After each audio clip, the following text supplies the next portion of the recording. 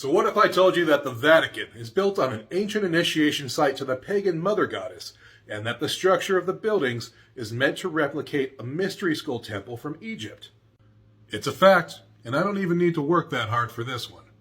I'm going to start with some mainstream sources, and this is a Roma Archaeologica magazine that I actually picked up at the Vatican years ago. The topic for this issue is I culti orientali a Roma, which is the Oriental or Eastern cult in Rome. Now you have to remember that the way the church propagandizes against Gnostic beliefs is to call them cults, and in this case they call them Eastern cults because they are said to come from Turkey and Persia. Mithraism, the cults of Cybele and Attis, you can see a map here that is around Rome. And again, for the so-called cults of Isis and Serapis and their sites around Rome, and for the so-called cults of Jupiter around Rome, and finally a map of the Mithraeums, the underground initiation vaults that were used in the Mithraic mysteries. Well, golly gee, there sure are a conspicuous amount of pagan and Gnostic initiation sites all over Rome. One such site is called the Basilica of San Clemente. It's just south of the Colosseum. And you can see they built a basilica on top of an initiation chamber, a Mithraeum. Now you can still access that Mithraeum today. The Mithraeum was basically the basilica's basement. It had always been accessible. They've been doing archaeological excavations to see if it spreads out, but they've always been able to access it through the church, which again is very interesting. So what does this have to do with the Vatican? Well, these smaller Mithraeums and temples were spread out around the area like small local churches. They were for common use. The Vatican sat on a much more important structure. It was built smack on top of the main Mithraeum and initiation center. If we go back to the Roma Archaeologica magazine, we see that there was what they are calling a Phrygianum on Vatican Hill. And if I translate the Italian, it says that regional catalogs make mention that there was a Phrygianum and a Gaianum in the Vatican. Don't be fooled by these words.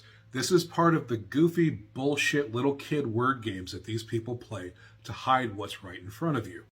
A Phrygianum is just a made-up word that they put in place of a Mithraeum. Phrygia was said to be the center of Turkey, or around the area of Cappadocia, which was said to be a head area for Mithraism. And there are a lot of underground churches and initiation centers there that I'll get to in other videos. A Gaianum is a much more interesting word. A Gaianum is a place where you go to worship Gaia, Mother Earth.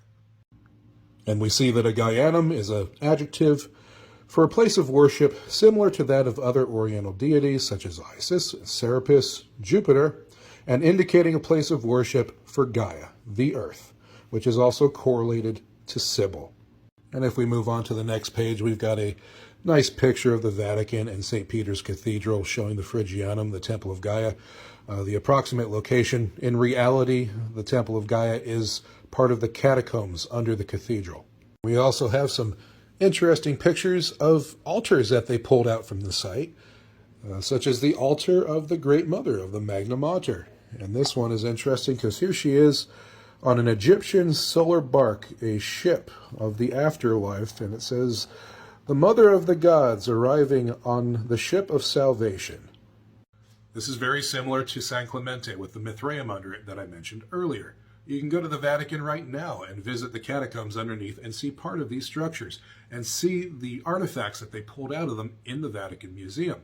You can also visit the tomb of St. Peter right under St. Peter's Cathedral.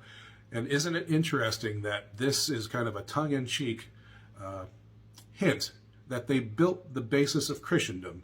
They built their church literally on top of goddess worship. There's so much detail I could go into about this, but it'd be an hour-long video. So if you have any questions, please leave them in the comments and I'll do a Q&A video later. So now, how about we move on to the Vatican being an Egyptian temple? And that'll be in part 2, so check it out.